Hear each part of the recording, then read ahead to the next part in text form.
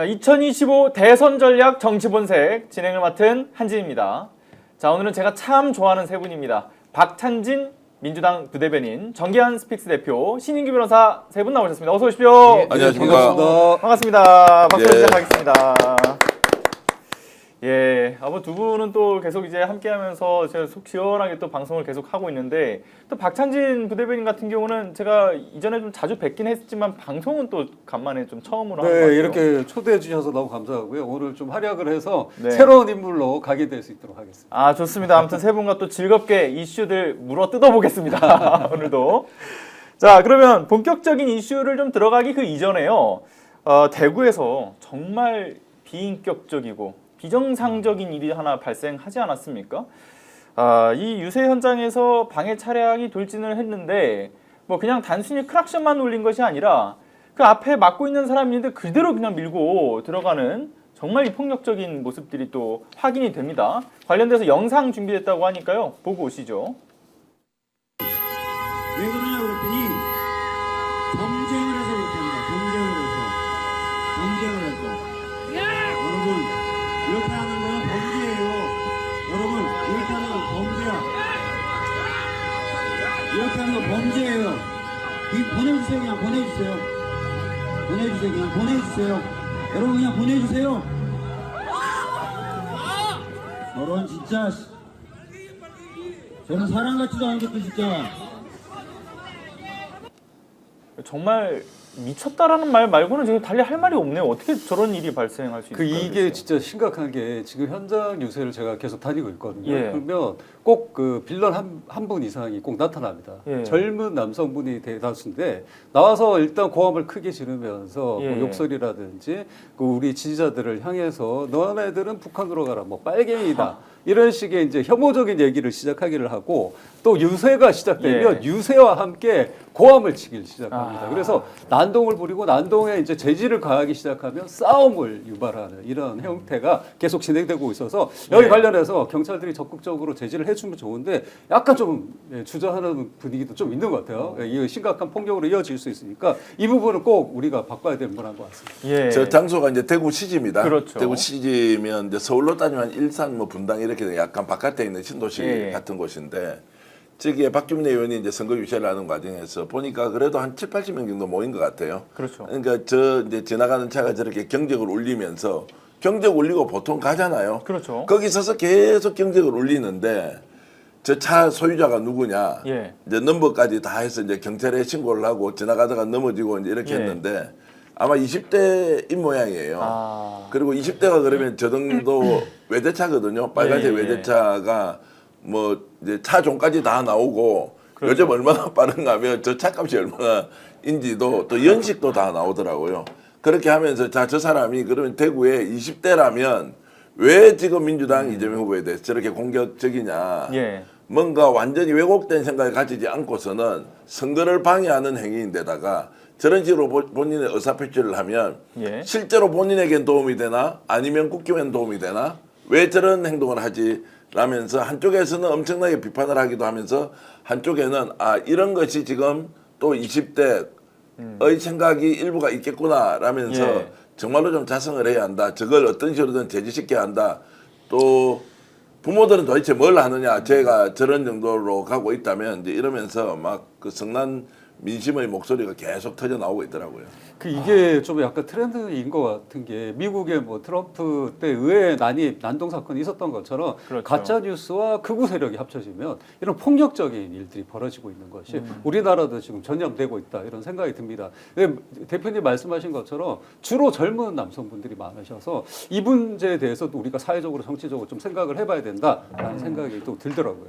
네. 예, 이런 극단적인 성향을 그냥 고스란히 이렇게 그냥 표출하는 거. 그러니까 어쨌든 뭐 목소리를 크게 외친다든가 아니면 뭐 경적을 울린다든가 정도까지는 그냥 이해할 수 있다 쳐요. 그러니까 어떤 그 분노의 표출 정도라고 생각을 하는데 저런 폭력적인 일은 더 이상 발생하지 않아야 된다 이런 생각이 좀 듭니다. 근데 저게 뭐 단순히 어떤 폭력적인 일로 끝날 일은 아니고 예. 지금 자동차를 이용해서 뭐 특수상해도 그렇죠. 적용해 볼 수 있을 것 같고 또 우리 공직선거법에는 선거운동의 자유방해죄가 굉장히 엄격하게 처벌을 하고 있거든요. 그러니까 명백하게 선거운동을 지금 방해하는 방해하고 있는 거기 때문에 예. 저는 이런 사안에 대해 가지고는 너무 이렇게 관용을 할 필요는 없다. 왜냐하면 아닌 행동에 대해서 관용하면 또 방치되고 이게 전염이 되거든요. 예, 예. 그러니까 저는 확실하게 저런 행위에 대해서는 반드시 전 책임을 물어서 이런 행동이 다시는 반복될 수 없도록 우리 국민들의 안전 또 우리 시민들의 안전을 좀 지켜야 된다. 저 그렇게 봅니다. 이게 현역 유세에서 듣는 이제 지지자분들의 우려 사항인데 경찰분들이 적극적으로 제지를 하지 않는다라는 얘기를 많이 해요. 이게 네. 느낌적 느낌인지 아니면 사실인지는 모르겠어요. 근데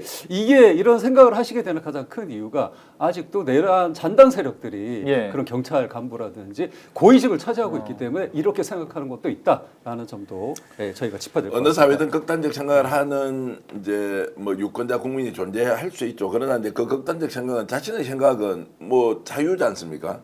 그런데 저렇게 이제 다른 사람이 선거운동을 하는데 나와가지고 저렇게 경적을 울리면서 거기에서 항의하는 사람한테 미안하다거나 그냥 약간의 양해를 구하고 가는 것도 아니고 사람이 막 거기에서 항의하는 데서 그냥 매달라서 도망가는 것처럼 이제 하는 저 모습은 앞으로 이제 우리 사회가 어떤 식으로든 저런 부분에 대해서는 정확한 책임을 물어서 생기지 않도록 하는 것은 좀 선행적 조치가 필요하다. 이런 예. 정도 수준까지 대선 선거 운동이 이루어져서는 되지 않고 본인이 가지고 있는 생각을 저런 방식으로 표출을 하면 이게 뭐 정상적인 국가라고 하기 어렵지 않습니까? 그리고 저런 세력들을 그러면은 지지하는 또는 옹호하는 또는 최소한 저거를 수용하고 있다는 정치 집단이 있으면 국민들이 심판에서 이번에 깔끔하게 끝을 내야 한다. 그래서 대구에서 저 일이 일어났기 때문에 더욱더 좀 강하게 우리가 문제의식을 가졌으면 좋겠습니다. 예, 하여튼 정말 엄한 처벌이 뒤따르길 바라고요.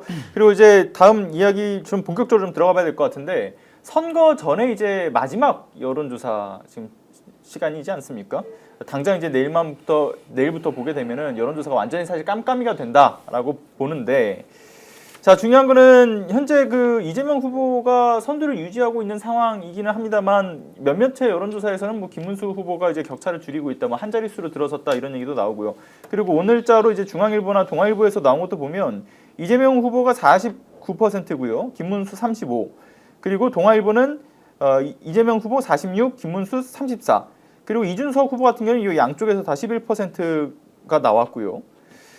자, 지금 이 여론조사 결과에 대해서 역시 또 분석하지 않을 수가 없을 것 같은데 뭐 일면에서는 당연히 이제 기본 베이스로 깔려 있는 거는 극우 결집 효과에 대한 부분이라든가 또 한 측면에서는 이재명 후보 어차피 뭐 대통령 될 건데라는 그런 안도감에서 굳이 뭐 할 필요 있냐 이런 것도 좀 의지가 깔려 있는 것 같다는 생각이 들고요. 이게 결과적으로는 왜 이런 식으로 격차가 좁혀지는가? 각자 어떻게 좀 생각하고 계신지가 궁금합니다. 이제 좁혀지길 바라는 사람은 그 여론조사를 기획이든 공작이든 만들어서 이제 뿌렸는데 예. 이게 이제 유권자들에게 널리 퍼져서 실제 좁혀지구나라고 하는 느낌을 줘야 하는데 전혀 그렇지 않죠. 그러면 이제 여기에서 중앙일보, 동아일보가 오늘 여론조사 결과를 내놨듯이 그럼 실제 뭐냐 지금 네. 조사 한번 다 해보자라고 해서 최소한 그 기준을 어느 정도 균형감 있게 이렇게 조사해 보니까 10%포인트 이상의 차이가 나는 것은 일반적으로 드러나는 것이다.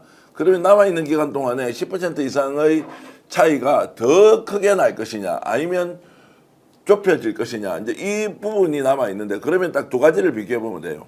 신규 변호사나 저나 뭐 우리가 이제 투표장에 갈 때 지금 화가 더 나서 꼭 가야 되겠다라고 하는 성향의 국민들이 많으냐 예. 아니면 야 김문수 이제 따라 붙었으니까 우리도 꼭 가서 이재명과 초박빙 승부가 되도록 한번 만들어야 되겠다라고 하는 민심이나 유권자들의 생각이 강하냐.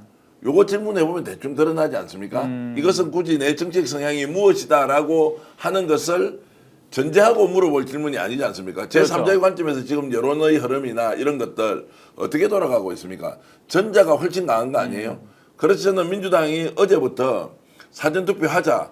투표율 높이자. 이러니까 저도 막 신이 나는 거는 예. 이제는 투표율 게임이다. 모르겠다. 뭐 표차가 어떻게 나든 그건 모르겠고 투표장에 가서 다 찍어야 한다라는 방식으로 오히려 선거운동 방식이 이기자가 아니라 투표율 쪽으로 가고 있는 것이 자, 뭐 어떤 의미냐. 결국 민주당이 압승할 가능성이 훨씬 크고 예. 국힘이 표의 결집을 통해서 격차를 줄이겠다라고 하는 에너지는 줄어드는 거 아니냐라는 이제 저는 생각을 하고 있습니다. 투표장까지 가는 그러니까 말 그대로 이제 투표하는 그 사람의 수가 더 중요한 상황인 거지 지금의 여론조사는 사실 크게 의미가 없을 수 있다라는 생각들이 좀 깔려 있기 때문에 오히려 그래서 여론조사를 더 안 하시는 것도 있는 것 같다는 생각이 들어요. 저 같은 경우는 제 개인적인 경험인데 예. 전 여론조사 전화가 많이 오거든요. 예. 전 한 번도 받은 적이 없습니다. 근데 저는 투표는 무조건 할 거고 투표는 네. 저는 좀 목마른 상황이거든요. 그러니까 저 같은 사람도 있는 거겠죠. 뭐 다 일반화할 수는 없습니다만은 제가 질문을 드리고 싶은 게 이번에 탄핵의 본질을 한번 우리가 떠올려 볼 때 레거시 미디어가 기여한 게 있습니까? 아니면 뉴미디어가 기여를 한 게 많습니까? 생각해 보면 답이 나오는 거거든요. 그렇죠. 그동안에 그 소위 말해서 윤석열 시대를 옹호하고 감싸주고 범행을 은폐하고 했던 게 레거시 미디어의 민낯이라는 게 지금 다 드러나고 있거든요. 심지어는 검찰의 민낯을 포함해서 사법부, 대법원의 민낯까지도 지금 드러나고 있는 그런 상황입니다. 그렇기 예. 때문에 저는 지금 저렇게 여론조사 열심히 해가지고 보수 지지층들에게 우리 투표하러 가자, 기회가 남아있다라고 하는 저 아등바등 발버둥 치는 노력이 좀 애달기는 한데 결과 열어보면 저는 알 거라고 봅니다. 그래서 저는 이번에도 시민사회, 우리 그 응원봉을 들었고 시민주권 시대를 표방했고 윤석열 시대를 끝장내자라고 나왔던 그 뉴미디어에서 소통하는 그 일반 시민들이 이번에 얼마만큼 투표장에 나가서 이 지금 기득권들과 이 윤석열 시대를 응징하는지는 저는 개표를 해보면 저는 확연히 다른 게 나타날 것이다. 그럼 결론적으로는 어디에 달려있느냐? 이 윤석열 시대를 확실히 마감하고 내란을 응징하겠다는 주권자들의 의지와 열정에 달린 것이죠. 그러니까 저 여론조사가 중요한 게 아니라 네. 우리 각각의 시민들이 지금의 이 상황을 어떻게 보고 있고 이 시대를 앞으로 정권교체만이 목표가 아니라 정권교체에서 압도적 응징의 힘을 어떻게 부여할 것이냐. 그 숫자로 어떻게 말할 것이냐. 전 여기에 모든 게 달려있다. 그리고 수치적으로만 말씀드리면 저 여론조사로만 봐도 5대 4대 1이에요. 50대 40대 1로 지금 나타나는 건데 결과적으로 투표 마지막으로 갈수록 이준석 후보는 한 자릿수로 갈 겁니다. 그렇다면 네. 제가 예상하기로는 5대 4대 1이 아니라 55대 35대 5로 나타날 가능성이 저는 매우 높다고 저는 보기 때문에 앞으로 투표 결과 해보면요. 저는 격차가 10에서 20% 차이가 전 날 가능성이 높다. 근데 네. 이것을 가지고 그러니까 뭐 난 투표하러 가지 마라 안 와도 이기겠다 이게 아니라 압도적 응징을 위해서 헌법을 수호하고자 하는 우리 시민들이 반드시 전 투표장에 더 나아가서 전 압도적인 결과를 좀 만들어내야 된다. 네. 그렇게 이 생각합니다. 내부 관계자 입장에서도 저는 말씀을 예. 드려야 될 것 같은데 현재 저희는 절박한 심정이 있습니다. 그래서 저희가 1, 2, 3 운동이라는 캠페인을 하고 있습니다. 1번 이재명 후보에게 3표를 더 주십시오. 아직 예. 3표가 부족합니다. 이런 절박한 호소를 하고 있는데요. 지금 말씀하신 부분에서 일부 동의하는 바는 이 양당이 중심이 된 우리나라의 정치 환경에서 분명히 이제 투표장에 들어가게 되면 결집 효과가 있을 것이다라는 건 분명한 것 같습니다. 그럼에도 불구하고 지금 말씀하신 대로 레거시 미디어, 소위 말하는 우리가 좀 믿지 못하는 매체들 같은 경우에는 저도 패널로 나가고 있는 방송들이 있는데 예. 이 방송들이 뒷부분의 설명이라든지 어떤 가짜 뉴스 같은 내용들을 갖다가 설명하는 것이 아니라 여기서 이렇다고 합니다.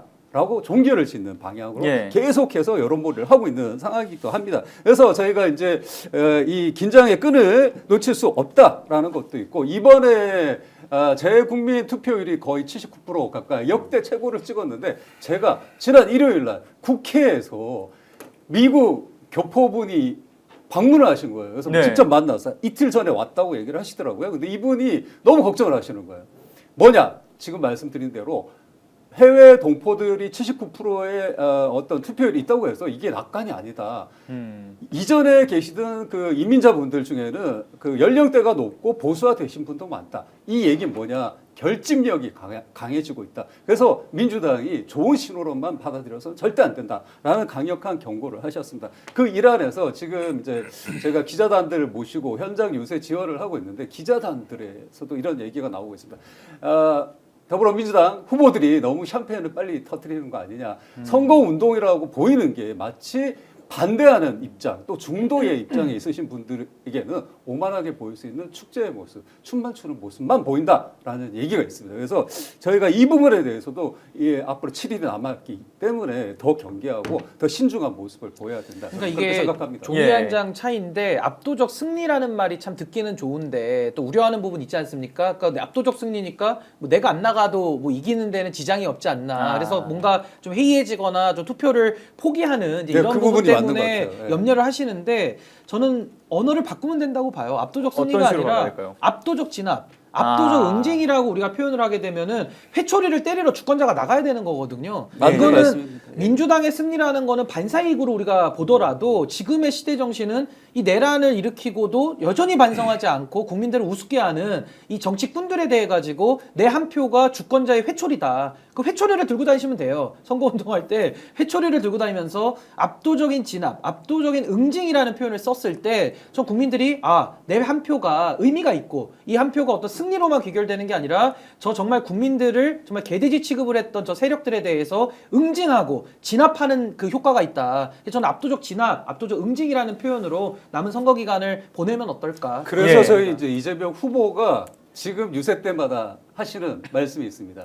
이재명에게 투표하는 조기 대선이 아니라 내란 세력과 헌정 수호 세력 간의 이 선거다, 싸움이다. 예, 싸움이다. 그렇죠. 그래서 헌정을 수호하겠다는 민주 세력에게 여러분 투표해 주십시오라고 강력하게 호소를 하고 있습니다. 지금. 네. 이제 국민들이 지금 생각하고 있는 유권자가 판단하는 이런 이제 이번 투표에 대한 이제 인식은 명확해진 것 같아요. 제가 말씀드리고 싶은 것은 내란 세력에 대한 응징 다 맞는 말씀이고요. 김문수는 절대 대통령이 돼서는 안 돼 이런 것도 맞는 말이죠. 근데 이것은 좀 이성적 논리적 접근이고 예. 지금 국민들이 지금 표현하는 방식은 내가 이번에 나가서 어떤 식으로 내 표를 찍지 않으면 내가 국민이 아니다. 주권자가 아니다. 이런 의식이 매우 강하고 오히려 이번에 지난 주말에 좀 따라붙는다 이런 이야기하고 나서 걱정을 엄청 하면서 예, 그렇죠. 질 수도 있다는 게 아니고 이 새끼도 큰일 났네. 이것도 큰일 났네. 그러면서 내가 어떻게 해야 되지 하면서 전국적으로 정말로 엄청난 에너지가 모여가지고 서로 카톡을 하면서 어디 가서 어떻게 찍을 거, 너 지금 누구하고 갈 거니 아니니 이러면서 실제로 제가 제 폰을 이제 그 폰을 하나 만들어서 제가 010-8596-0073 번호를 하나 개통을 했고 아예 공개를 했거든요. 예. 해외에서든 국내에서든 엄청나게 저한테 문자가 들어오는데 이거 이래야 됩니다. 저거 저래야 됩니다.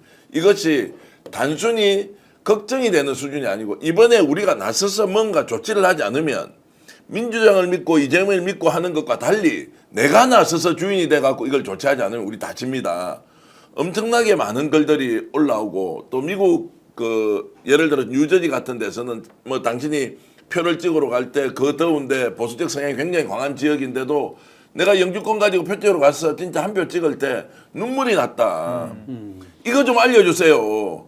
이제 이런 것들이 전 세계에서 모여서 지금 79%가 되는 거라고요. 예. 79.몇 %의 투표율은. 그러면 딱 국민들이 집단지성을 어떻게 발휘하느냐. 야 이제 투표율이다. 좋다. 투표율로 끝장내자. 뭐 이기고 지고는 모르겠다. 그럼 우리가 어떻게 해서 75%를 넘기고 80%까지 갈 거냐. 투표율로 올인하자라고 하니까 격차가 많이 벌어졌습니다. 벌어지지 않았습니다. 이게 별로 안 중요한 거예요. 그럼 뭐 또 알 수도 없는 것이고. 그리고 또 일부는 조작된 게 있으니까. 기뻐하지 말고 투표율로 우리는 아예 하자. 그럼 투표율을 높이는데 그걸 가지고 시비 걸 사람, 야 5만 방자하니까 투표율 왜 당신 민주당 높이느냐 이렇게 이야기할 사람은 없잖아요. 그래서 전체적으로 투표율을 끌어올리는 운동으로 가자라는 것이 국내 해외 동포들이 다 이렇게 우리가 일종의 이제 SNS나 이런 커뮤니티를 통해서 투표율 높이기 운동을 하는 것은 훨씬 더 압승의 기반이 잘 따져지고 있다라는 생각을 저는 하고 있습니다. 그리고 제가 이래서- 좀 한 말씀만 드리면 이게 박근혜 탄핵과 지금 차이가 있습니다. 박근혜 그렇죠. 탄핵 때는 검찰과 언론이 주도해서 우리 촛불 시민들이 뒤에서 좀 백업을 했다라고 친다면은 이번 윤석열 탄핵은 레거시 언론과 오히려 검찰이 방해를 했는데 국민들의 주권, 그 응원봉으로 상징되는 시민사회가 이끌어 나와서 이건 탄핵을 만들어내. 그러니까 얼마나 힘들었습니까? 지금 뭐 내란성, 뭐 두통, 내란성, 뭐 탈모까지. 식도염, 뭐 탈모부터 해가지고 온갖 지금 질병들 때문에 그렇죠. 국민들이 의료비도 많이 지출하고 있는 상황인데 다만 여기서 우리가 알아야 될 건 뭐냐면은 그만큼 힘들었지만 그만큼 국민들이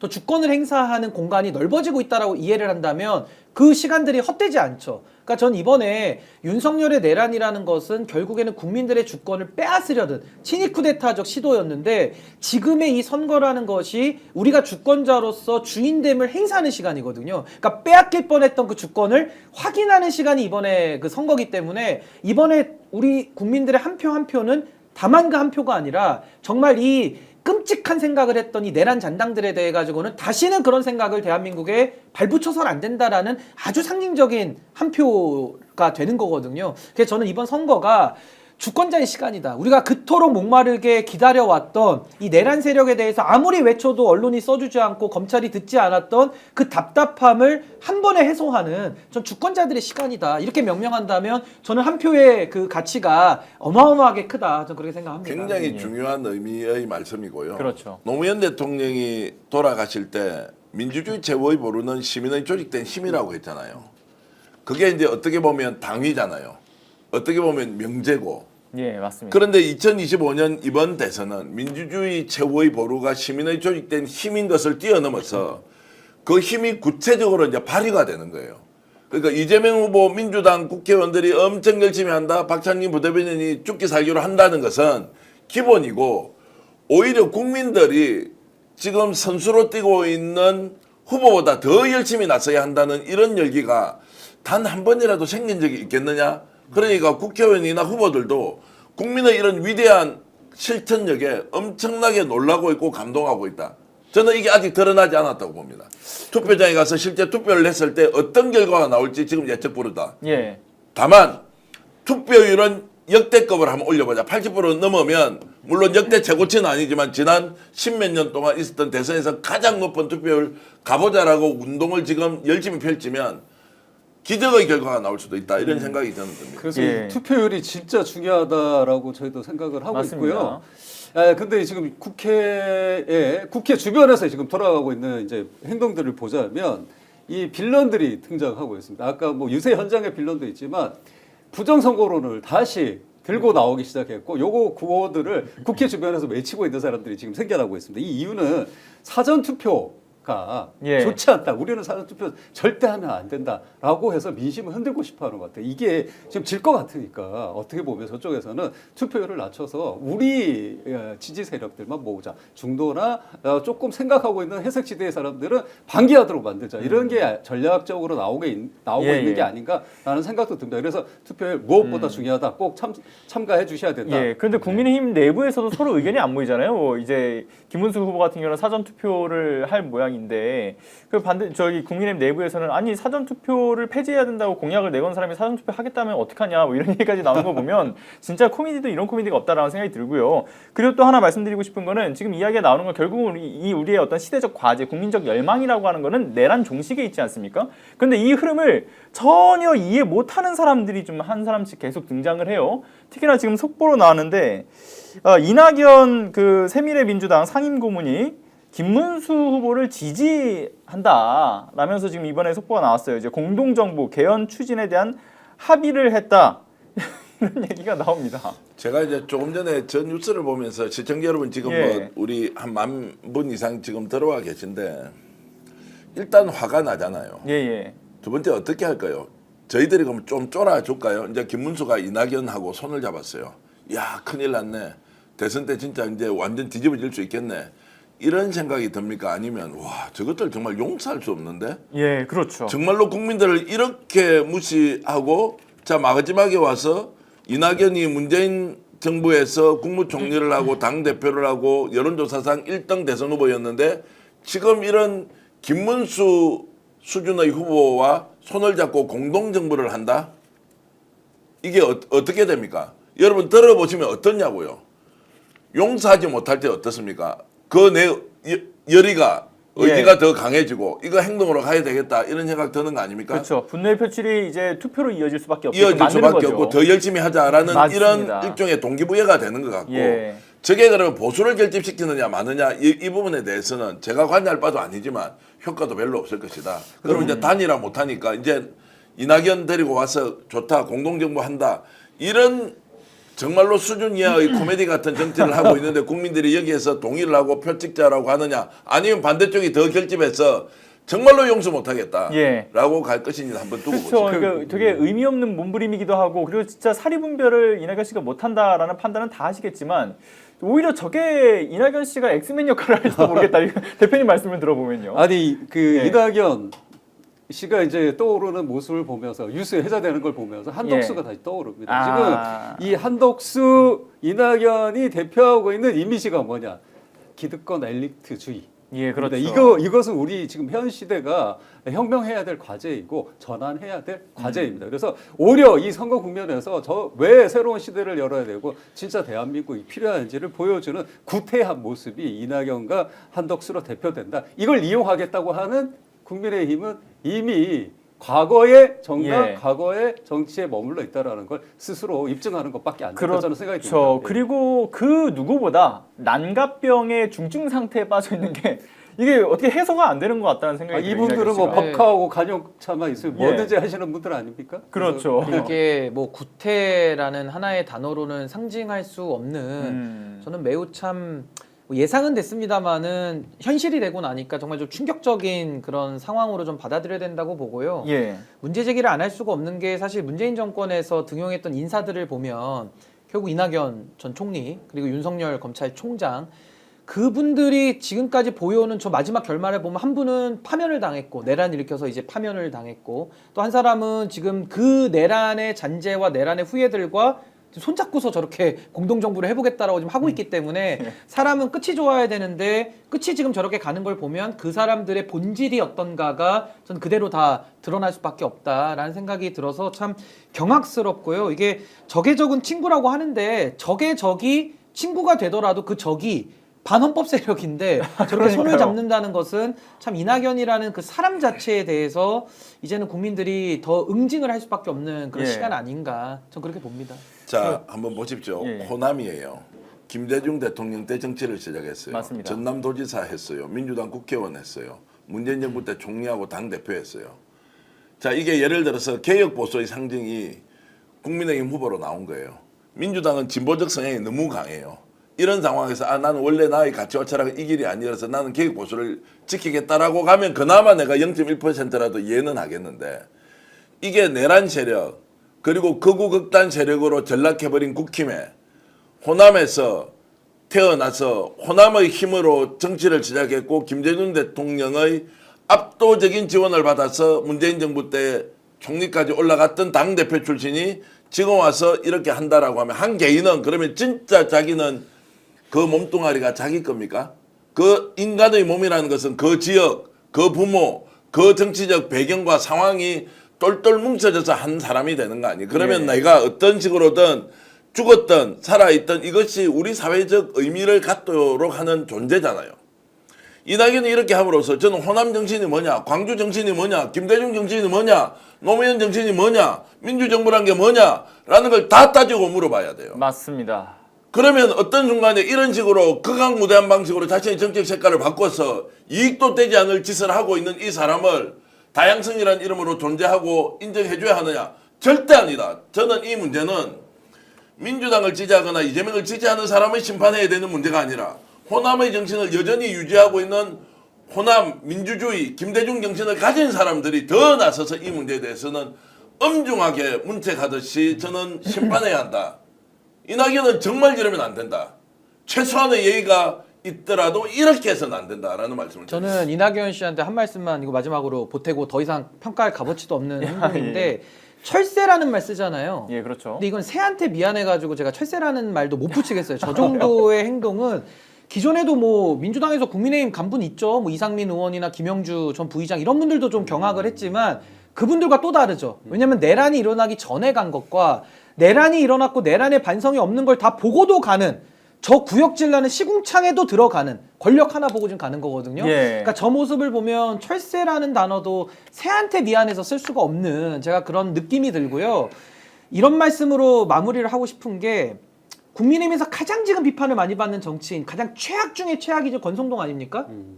권성동도 저런 짓은 안 해요. 네. 전 이낙연 씨한테 맞습니다. 최악의 오명을 씌우고 싶은 게 권성동도 저런 식으로 진영에서 꿀 다 빨고 민주당 가가지고 이렇게 안 합니다. 권성동도 그렇게 안 해요. 근데 권성동보다 지금 더한 짓을 하고 있거든요. 그러니까 이낙연 같은 사람은 정치를 해서는 안 되는 게 아니라 진짜 사람이 맞냐라고 물어봐야 될 정도의 정말 그런 질문을 안 할 수가 없는 지경에 그- 정말 예. 경악스러운 일을 하고 있다고 저는 봅니다. 맞습니다. 그러니까 괴물국가 얘기하는데 본인이 괴물이 된 걸 모르는 것 같아요 지금. 제가 볼 때. 지금 어떤 뭐 이름으로 종명을 하셨기 때문에 저도 한번 이게 단어로 정리를 해보자면 어쩌면 우리가 어른다움의 가장 큰 평가 중에 하나는 어른은 누군가로부터 자연스럽게 존경받게 되는 그런 어떤 위치에 가는 겁니다. 근데 예. 내가 존경받아야 돼라고 주장하는 순간 꼰대가 됩니다. 그러니까 그래서 지금 이분이 나를 대접해줘라는 감정적 꼰대력을 지금 발휘하는 게 아닌가라는 생각이 듭니다. 그 대표님 말씀에 정말 동의하는 게 그 장면에서 딱 떠오르는 게 지금 한덕수가 그때 그 5.18 묘지를 찾아가서 저도 뭐 전라도 사람입니다. 이런 얘기를 하지 않았습니까? 이 광주라는 것, 또 우리의 민주주의를 지켜온 사람들의 그 숭고한 정신을 나의 이용의 가치로 팔아먹고 차용한다는 이 의식 자체가 아주 구태하고 잘못됐고 꼰대다. 저는 이렇게 정의하고 싶습니다. 한덕수의 저도 호남 사람입니다라고 외쳤던 것처럼 결국은 이 이낙연이라는 정치인도 뭐 호남 파리하고 민주당 파리 결국 파리였을 뿐이었지 그 본질은 이전에 그 동아일보에서 국민의힘의 전신이었던 정당을 열심히 치켜 세워주던 한마디로 국민의힘의 나팔수 역할을 했던 그 뿌리의 본질이 바뀌지 않는다라는 생각도 좀 들어요. 그래서 결국은 저는 저 본가 찾아간 거라고 생각도 아니 근데 들어요. 일부 분들은 저렇게 영향력도 없는 사람 예. 뭐더러 다뤄주냐 이런 분도 계세요. 근데 저도 영향력은 1도 없다고 보거든요. 아, 그렇죠. 근데 저런 해악과 독극물과 저 독버섯에 대해서는 저는 문제제기를 해야 된다고 봅니다. 아, 그게 맞습니다. 단 1%의 독이라도 들어있으면 우리 사회가 유지될 수 없어요. 저런 기회주의라는 말로도 표현이 안 되는 최악의 행태를 보이는 거에 대해서 우리가 눈 감아줄 필요는 없고요. 저분 맞습니다. 영향력은 없지만 민주당 안에서 의원 배지를 여러 번 달았고요. 뭐 예. 기억할 수 없을 만큼 달았고요. 전남지사도 했고요. 문재인 정부의 총리까지 지냈고요. 민주당의 당 대표까지 지냈던 사람이기 때문에 이걸 그냥 아무 일도 아닌 것처럼 영향력이 없으니까 그냥 무시하고 넘길 수 있는 상황은 아니다. 전 매우 해악이 크다고 봅니다. 맞습니다. 그러니까 박제하는 차원에서 이걸 언급할 필요성이 있다. 저는 그렇게 생각이 좀 제가 들고요. 좀 더 나가서 대표님, 네. 말씀드릴까요, 신 변호사님? 저는 표가 5,000표, 10,000표, 10만 표 떨어지더라도 저는 거론하고 토론하고 논쟁해야 된다고 생각해요. 예.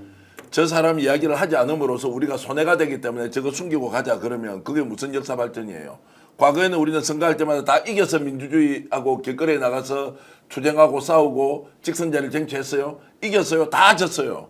그럼에도 불구하고 우리가 외쳤죠. 왜냐하면 민주주의의 숭고한 가치는 국민이 주권자고 국민을 통해서 권력이 만들어진다는 것을 우리가 실천하고 보여준 것이고 그 제도가 대통령 직선제를 만들었고 이런 거 아니에요. 민주주의를 누가 만들었어요? 국힘의 전신이 만들었어요? 아니면 민주당의 전신이 대한민국 민주주의를 만들어서 이렇게 표현의 자유가 보장된 나라에서 선거운동도 하고 욕도 하고 이렇게 해도 됐냐고요. 그러면 산업화의 공이 있다고 저들이 국힘에서 자랑한다면 그래도 민주주의를 만들어준 원뿌리는 있을 거 아니에요. 민주화 투사들, 그렇죠. 김대중 대통령, 김영삼 대통령 이런 사람들이 대한민국 민주주의의 초석을 깔았잖아요. 그러면 그런 정도의 상황에서 우리가 표현의 자유도 느끼고 선거운동도 자유롭게 하는 것에 대해서 일말 고맙다는 생각은 좀 해야 되지. 이 사람들이 마치 종북 주사 전체주의 세력인 것처럼 몰고 가면서 자기들이 그 시절에는 군부 정권의 앞잡이 노릇을 하면서 온갖 단물 다 먹고는 지금 와서는 그 민주화 운동을 통해서 우리나라가 만들어 놓은 이 민주주의의 토대를 종북 좌파라고 몰면서 하는 저들 그쪽으로 빨려 들어가는 호남에 태어났기 때문에 호남 정치인으로 성장해서 다시 간 저런 사람들에 대해서 우리가 비판을 하는 것은 손해를 각오하고라도 비판해야 된다. 예. 그러나 그 비판이 지속적으로 이루어지면 과연 손해겠느냐 아니냐. 저는 비판해서 오히려 우리가 똘똘 더 뭉치는 계기로 만들어야 한다는 생각도 듭니다. 맞습니다. 이렇게 속 시원하게 저희 발언해주고 계시는 세 분 응원하신다면 여러분들 지금 이 타이밍에 꼭 구독과 좋아요를 눌러주시기를 부탁드리고요. 그리고 임광재님께서 신인규 화이팅이라고 하면서 또 소중한 슈퍼챗을 또 오. 보내주셨습니다. 아유 감사합니다. 네, 여러분들 응원 슈퍼챗 너무 좋습니다. 늘 긍정적인 분께서도 늘 긍정적인 예. 이제 애독자께서도 오늘도 스픽스 보면서 일하면서 듣고 있는데 예예. 박가리 민주농부 인사드립니다. 오늘도 박가리로 2명 구독과 태극기 쪽 1명도 이번에는 이야. 나라 생각하면서 1번을 찍는다고 예. 합니다라고 했는데 와 아, 1번 박수! 찍는다. 자 우리 늘 긍정적인 분 이렇게 열심히 선거운동 하시고요. 예. 진짜 60대 70대 어르신들 지금 죽기 살기로 선거운동 하는 분들이 애처로울 정도로 너무 잘하셔서 예. 어제 저녁에 이제 한 30분 정도 한 분과 통화를 했어요. 아, 밤에. 네네네. 뭐라고 하시던가요? 아니 자신들이 나서서 이 나라를 살린다 이런 것보다 우리 이제 후손들에게 더 좋은 나라 물려주려면 우리가 마지막 힘을 여기에 쏟아야 되는 거 아니냐라고 절절히 말씀하시는 거 보고 와 정말로 대한민국 애국자들 많다. 그리고 민주당은 정말 어떤 식으로라도 이런 분들을 잘 끌어안고 좋은 나라 만들어야 되겠다 이런 생각 많이 들더라고요. 맞습니다. 아마 방송을 보고 계시는 분들도 정말 이 애국한다라는 심정으로 지금 이번 선거를 좀 기다리고 계실 거라고 생각이 좀 듭니다. 자, 다음 좀 소식 살펴봐야겠는데 저희가 굉장히 뜨겁게 분노했던 이슈가 이전 이슈였다라고 한다면 이번에는 저희 코미디 상황인 국민의힘 소식을 좀 살펴볼 필요가 있을 것 같아요. 자, 지금 김문수 후보나 아니면 이제 국민의힘 전체적인 좀 상황이 완전히 난장판 그 자체지 않습니까?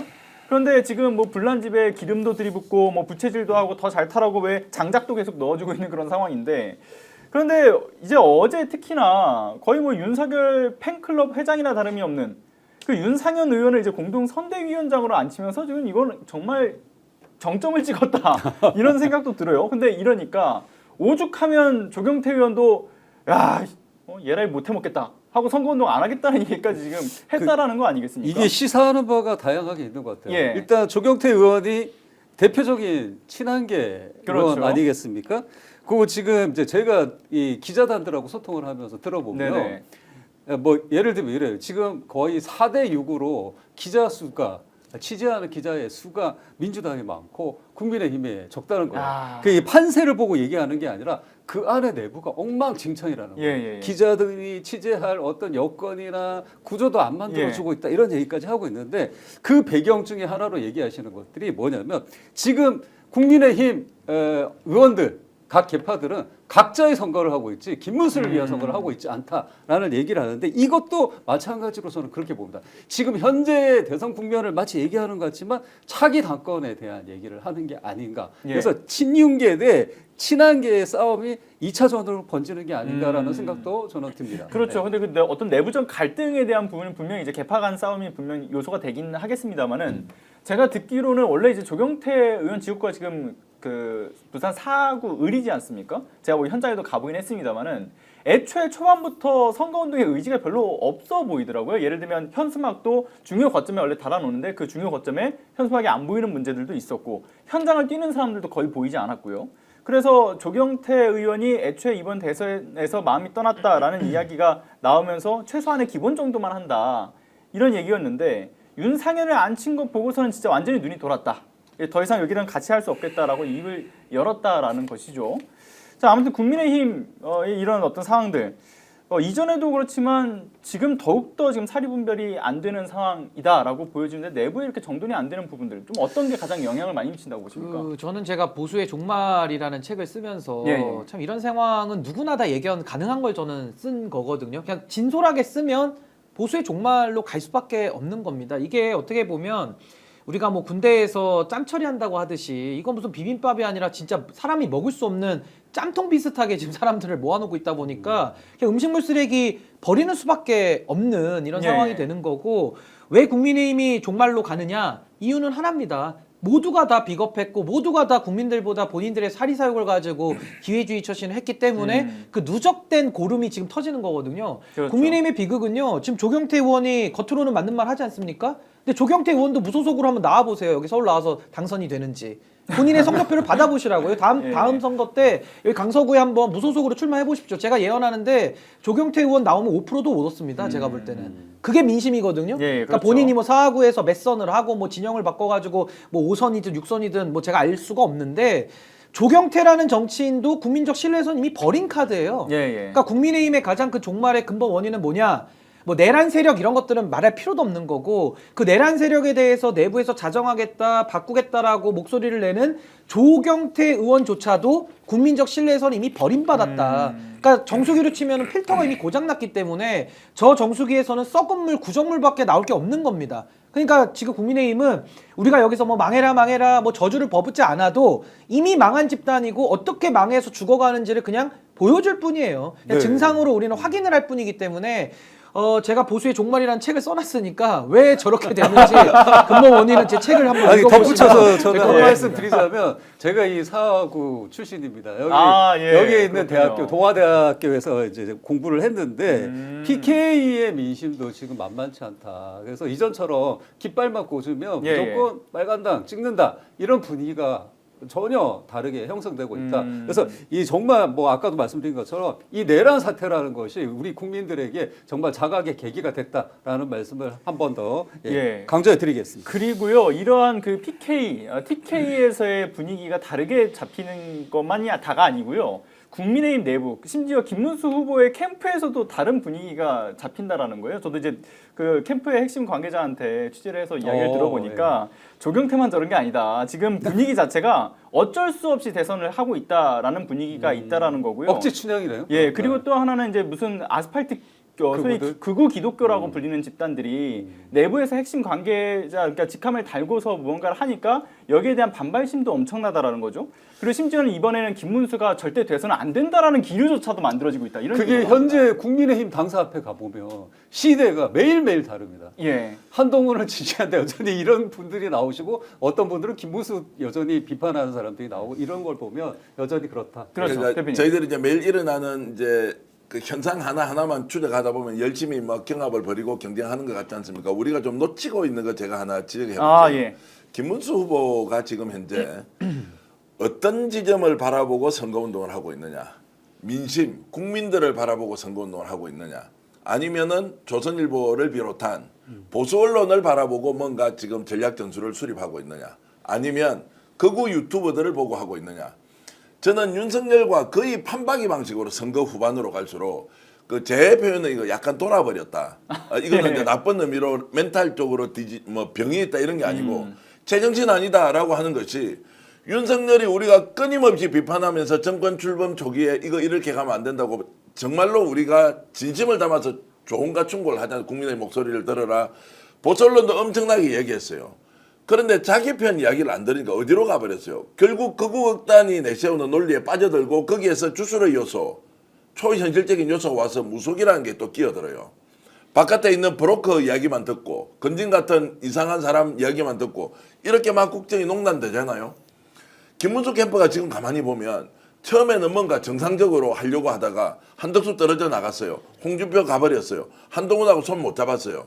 이러면서 점점 본인이 어떻게 가야 되는지 방향을 잃어버리니까 단일화만 유일한 답이다라고 막 단일화 막 미친 듯이 그렇죠. 이제 달려들어요. 단일화만 얘기하고 있죠. 윤석열하고 단절하니까 단절도 못해요. 예. 그러면서 이것도 저것도 아니고 다 계속 표를 떨어뜨리고 나서 그 자리를 지금 차지하고 있는 사람이 누구냐. 윤상현은 오늘 들어왔죠.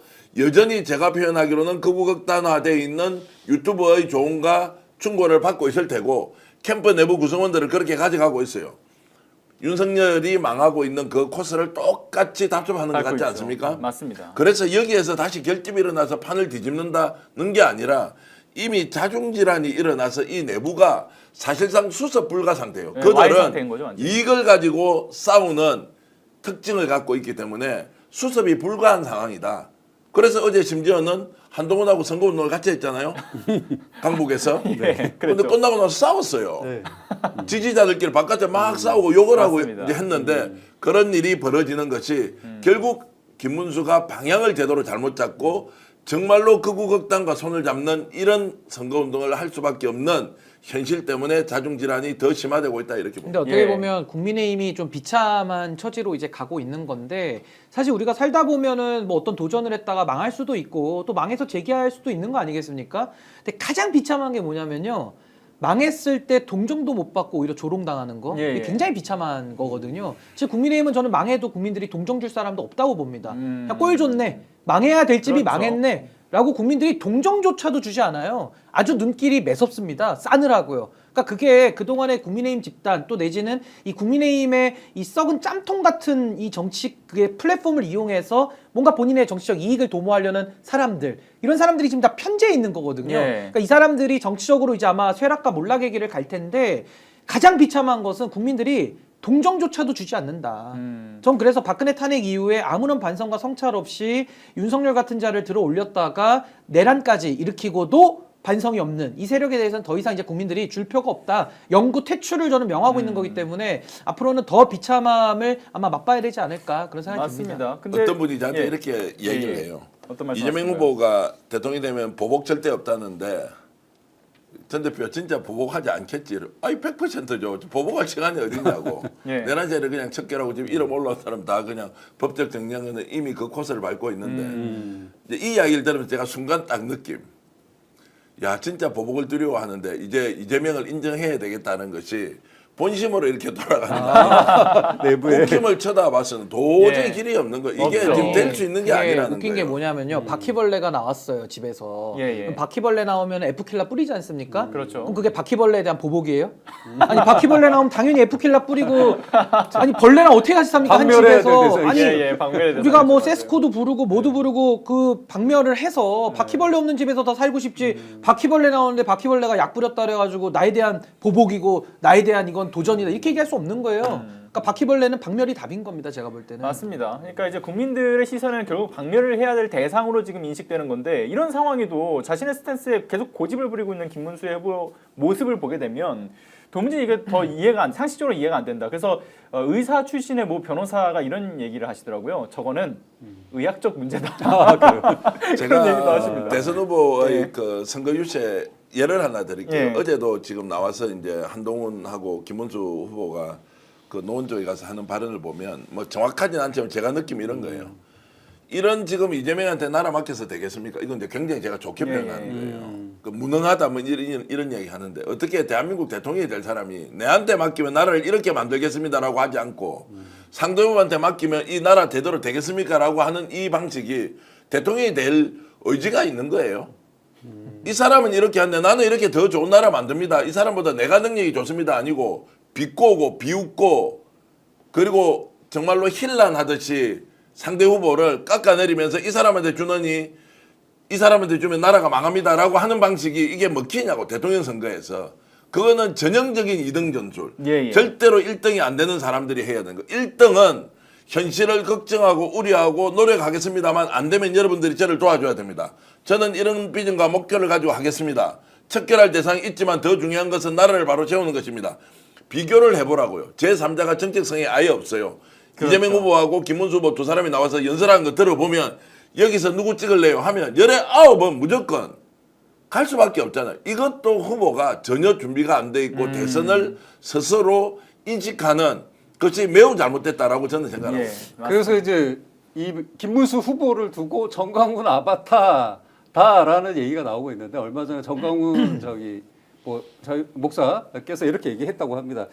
김문수가 이제는 나에게 완전한 그 교화가 돼서 내가 했던 말, 내가 가르쳐줬던 철학들을 지금 대선판에서 다 얘기하고 있다. 연설 그대로 가져갔습니다. 네, 이렇게 이런 얘기를 했더라고요. 그 결국은 아바타 노릇밖에 못하고 있는 게 아닌가라는 생각도 듭니다. 그 김문수 후보의 깊은 신앙심으로 정강과 하나 되었다 이렇게 좀 보여집니다. 그러니까 자, 이분이 아까 신 변호사님 예, 예. 얘기한 대로 진짜 보수가 아니라 이미 아스팔트 극으로 간 게 맞습니다. 맞다라고 저는 진단합니다. 자 예. 그런데 이러한 진단 일단 국민들 역시도 결국은 되는 집과 안 되는 집에 대한 구분은 너무 명확하게 될 수밖에 없다라고 보여지는데 근데 안 되는 집에 대해서 또 가장 먼저 눈치채는 거는 아무래도 리얼 제용 미터, 삼성 미터라고 불리는 곳이지 않겠습니까? 네. 이재명 후보가 그 함께했던 그 이재용 삼성전자 회장이 김문수 후보가 이번에 삼성전자 평택 캠퍼스에 갔을 때는 보이지가 않아요. 지금 보시는 것처럼 저렇게 손 악수도 하고 했는데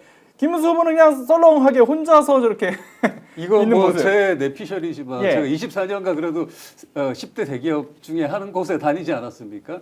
대기업들의 정보력들, 판단력이라는 게 결코 무시할 수 없습니다. 심지어는 정치를 우습게까지 보기도 합니다. 근데 이렇게 판단했다라는 것은 분명히 판세에 대한 진단이 있다라고 저는 생각합니다. 그렇죠. 저 내용을 언론에서 제대로 보도 안 하더라고. 어제 뭐 예, 김문수 예. 삼성 가니까 뭐 삼성의 이제 CEO들 있지 않습니까? 예. 쫙 나와가지고 우리도 반도체 산업에 엄청나게 투자하고 삼성이 가지고 있는 이런 힘들을 최대한 국가적 차원에서 지원하겠습니다. 이런데 저는 기자의 딱 감각으로는 야 이재용 어디 갔어? 이게 제일 먼저 떠오르더라고요. 그렇죠. 근데 이재용 어디 갔어라고 기사를 쓴 사람이 없어요. 왜 그럴까? 그러니까 이재용이라는 인물이 삼성을 회장이고 뭐 상징하는 바가 있지만 결국에는 형식적으로 가는 것과 실제 내용적으로 어떤 식으로 이제 판세가 지금 굳혀져 있는가를 전형적으로 보여주는 단면이어서 왜 이재용이 오지 않았는가를 저는 국민의힘에 좀 물어봤으면 좋겠던데 기자들이 그 기자들이 엄청 많이 가잖아요. 그 질문 아무도 안 하는 거 그렇죠. 봤어요. 근데 뭐 삼성의 정보력까지 의지 안 하더라도 그냥 일반 시민의 눈으로 눈으로 봤을 봐도 이건 뭐 뻔한 거고요. 그렇죠. 그리고 지금 국민의힘은 다시 원론으로 돌아가면은 결국에는 윤석열 정권을 배출한 당이잖아요. 예. 근데 집권 여당으로서 책임을 다 못했어요. 그리고 못했고 내란까지 일으켜서 지금 내란 수괴로 대통령을 배출했는데 윤석열이 지금 재판받고 있어요. 근데 본인들이 권력을 또 달라? 이거는 마치 강도가 그 집을 빼앗아 놓고 또 한 채 또 더 달라는 거랑 똑같은 거거든요. 이거 어떤 국민이 용인을 해줘야 됩니까? 국민들을 얼마나 개돼지로 보면은 저런 발상이 가능한 것이냐라고 묻지 않을 수가 없는 거기 때문에 지금 국민의힘의 이런 자중질환 저는 이건 예고편이라고 봐요. 예. 앞으로도 더 심각한 대혼란 그걸 통해서 이제 저 보수 세력이라고 참칭되는 세력들이 망해가는 과정이 앞으로 더 전 리얼하게 펼쳐질 수밖에 없다. 근데 그 사이에 저는 민주당이 정권을 교체하게 된다면 정말 대한민국의 앞으로 100년에 기틀을 더 놓는 일들을 해야 될 것이고 이 싸움은 그냥 자기들끼리 머리끄댕이 잡고 싸우는 그 싸움이기 때문에 누군가는 소를 키우고 대한민국의 예. 미래를 걱정하고 실제적으로 일을 해야 되지 않는가 그런 생각 맞습니다. 그래서 저희가 이제 저희 후보가 특히 앞장서서 통합과 중도 보수까지 저희의 영역을 확장시키겠다라고 말씀드리는 바가 그런 취지가 있다라는 말씀 덧붙이겠습니다. 예. 네. 그리고 저는 이번에 또 다른 관전 포인트였다라고 하면은 개인적으로는 좀 이재용 회장이 김문수 후보의 입을 좀 틀어막고 싶지 않았을까라는 생각도 좀 드는 포인트가 있었거든요. 그러니까 굳이 이재용 회장이 받고 있는 재판을 또 언급을 하잖아요. 그 현장에서. 그래서 이렇게 가면은 뭐 기업 활동에 제약이 있을 수 있다 이런 주장도 하던데. 아니 그 개인적으로 재판이 어떻게 예. 해서 시작됐습니까? 박근혜 국정농단부터 시작된 그렇죠. 겁니다. 맞습니다. 그래서 이 두 번의 탄핵을 이끌어낸 그런 정권, 그 정당에서 할 말이 아니죠. 그러니까 김문수라는 인물 자체가 지금 정치적 감각 자체를 잃었다. 예. 아니 저기서도 모순이지만 저기서도 예. 모순이지만 또 김문수 후보가 뭐라고 하고 다니냐면 박근혜 대통령 얘기가 나오니까 예. 거짓 정보로 뭐 억울하게 탄핵당했다는 식으로 얘기를 하더라고요. 거짓 정보라는 말을 쓰는데 그때 탄핵에 기반이 된 정보를 제공한 사람이 특검팀이에요. 그게 또 윤석열입니다. 그렇죠. 다 연결. 그러니까 이게 도대체 본인이 무슨 말을 하는지도 예, 뭐 이해를 알고 못한다. 했든 모르고 했든 그냥 이상한 말만 계속 하고 혼자 있기 때문에 멀티버스 속에서 살고 있나 봐요. 계속 반복되는. 그러니까 이제 세계가. 국민들이 네. 때릴 수밖에 없는 회초리가 이제는 더 분노의 몽둥이로 더 진화되고 있다, 좀 발전되고 있다 이렇게 봅니다. 예. 삼성이 뭐 누구 편이다 이런 걸 좀 떠나가지고 이제 삼성은 지금 국가 경제를 되살리는데 뭐 현금 엄청나게 가지고 있지 않습니까? 정말로 돈 벌 수 있는데 국민들이 바라는 만큼 투자해가지고 일자리 만들고 그리고 예. 해외에서 대한민국 경쟁력을 높이는데 최선을 다해야 하고요. 정치인들이 저리 온다면 삼성에서 문을 안 열어줄 수 없으니까 이제 구분해서 만났겠죠. 뭐 국힘 후보라고 안 만나줄 수가 없으니까 이제 이것도 충분히 양해를 하는데 여기에서 국가와 기업이 뭔가 결탁 관계를 만들다거나 부정적인 무슨 이런 관계를 형성하고 이런 거 전혀 아닐 테고 그런 것은 이재명 정부가 들어서면 요구하지도 않을 테고 그리고 그런 것들을 원하면서 찾아오지도 말아야 한다라는 이제 전제하에서 국가가 국가의 할 일을 하고 기업은 기업이 할 일을 하는데 예. 그냥 삼성이 제대로 해라. 다만 우리가 오늘 그냥 이렇게 소재로 삼아서 하는 거는 이재용이 저 자리에 나타나지 않은 것도 충분히 상징성이 있다. 그리고 거기에 대해서 왜 아무도 질문을 하지 않았느냐 현장에서 기자들이 예. 라는 이제 문제 제기를 하는 맞습니다. 제가 이제 작은 경험을 한번 얘기를 하자면 예. 제가 대한항공의 승무원으로 일하면서 VIP 담당, 뭐 전용기 담당 이런 승무원을 했었거든요. 그래서 전용기라는 게 날고 나면 대부분의 이제 그 강력한 그 지도자에게 잘 보이고 싶을 때는 모든 대기업 간부들이나 뭐 총수들이 함께 탑니다. 그렇죠. 근데 그걸 안 타시는 분들이 있어. 그래서 이제 2호기나 스케줄 비행기를 타시는 분들이 있는데 이분들 하시는 얘기가 정말 가기 싫다. 이거 나 어쩔 수 없이 간다. 이렇게 예, 예. 얘기하시는 경우가 많거든요. 그래서 전략적 선택일 수도 있다라는 제 경험상의 에피소드를 하나. 근데 첨부해 이재용 회장 같은 경우는 그렇게라도 가고 싶지 않다라는 거를 대놓고 이제 보인 것 같다라는 생각이 들어요. 네. 자, 그리고 이제 저 하나 말씀드리고 싶은 거는 현재 한 12,000여 분 정도 보고 계시는데 좋아요 수가 절반 정도밖에 안 됩니다. 여러분들 꼭 좋아요 눌러 주시기를 부탁드리고요. 그리고 아까 임광재 님이 또 소중한 슈퍼챗 진심으로 감사드립니다. 자, 이제 저희 뭐 남은 여러 주제들이 있지만 그건 또 다음 저희 스픽스 방송에서 이어서 주제를 이어가는 것으로 하고 제가 한 말씀만 드리면 예. 이제 어쨌든 민주당을 지지하고 이재명 후보를 통해서 대한민국을 새롭게 확실히 세울 수 있다고 결정하신 분들은 이제 진짜 혼자만 가지 말고 지금은 남아있는 건 투표율이다. 여론조사의 맞습니다. 흐름에 대해서 크게 신경 쓸 필요 없다. 지금은 투표율을 높여서 정말로 국민들의 압도적 다수가 자 일단 표로서 우리 의사 반영했고 그 최종 결과가 득표율로 나올 거 아닙니까? 예. 그러면 한 사람 한 사람이 저도 요즘 열심히 전화하고 있고 예, 예. 그리고 소통을 하고 있는데 아마 저뿐만이 아니라 우리나라의 수백만 국민들이 지금 다 이렇게 하고 있을 겁니다. 1, 2, 3 하고 있으니까 마지막까지 정말로 긴장을 늦추지 말고 제가 또 공언을 해드리면 목요일 날 아침 6시에 제가 강서구에 그 시니어 센터라고 있는 그곳에서 아침 6시 가서 줄 설 거예요. 혹시 이 방송 보시고 저 보실 분들은 강서구 등촌동 투표소에 아침 6시에 가서 줄 서서 예, 아마 예. 제 생각에 그때 가더라도 엄청 줄을 서 있을 것 그럴 같은데 것 같아요. 저 사전투표 합니다. 그리고 민주당을 지지하는 분이든 어떤 분이든 사전투표 하면 위험하다. 이것 좀 제발 댓글 좀 올리지 마시고요. 예. 중앙선관위 대변인하고 제가 통화를 여러 번 했고 예, 예. 전혀 문제 없고 중앙선관위 선거관리 완벽하기 때문에 사전투표를 오히려 더 장려하고 독려해서 많이 가서 표를 찍어야 한다. 맞습니다. 이런 말씀을 제가 드립니다. 자, 123 캠페인이 진행되고 있지 않습니까? 민주당에서. 그러니까 이제 12.3 내란 사태, 그 내란의 밤 이후에 이것을 123일 만에 시민의 힘으로 막아 세웠다. 그리고 나서 이제 1번 이재명 기호 후보를 1번 찍기 위해서 저도 3표 이상을 모두가 좀 모아달라 이런 말씀을 하시는데 그걸 기본 베이스로 해서 더 많은 분들이 함께할 수 있게끔 특히 가장 중요한 거 사전투표 이번 주 목금입니다. 아직도 모르시는 분들이 있다는 얘기 전 너무 충격적으로 좀 들려오고 있거든요. 자, 목금 29, 30일 날 꼭 여러분들이 사전투표로서 그 주권을 행사해 주시기를 바라면서 자, 이제 근데 저도 한 말씀만 예. 신민 변호사님 말씀해 주시죠.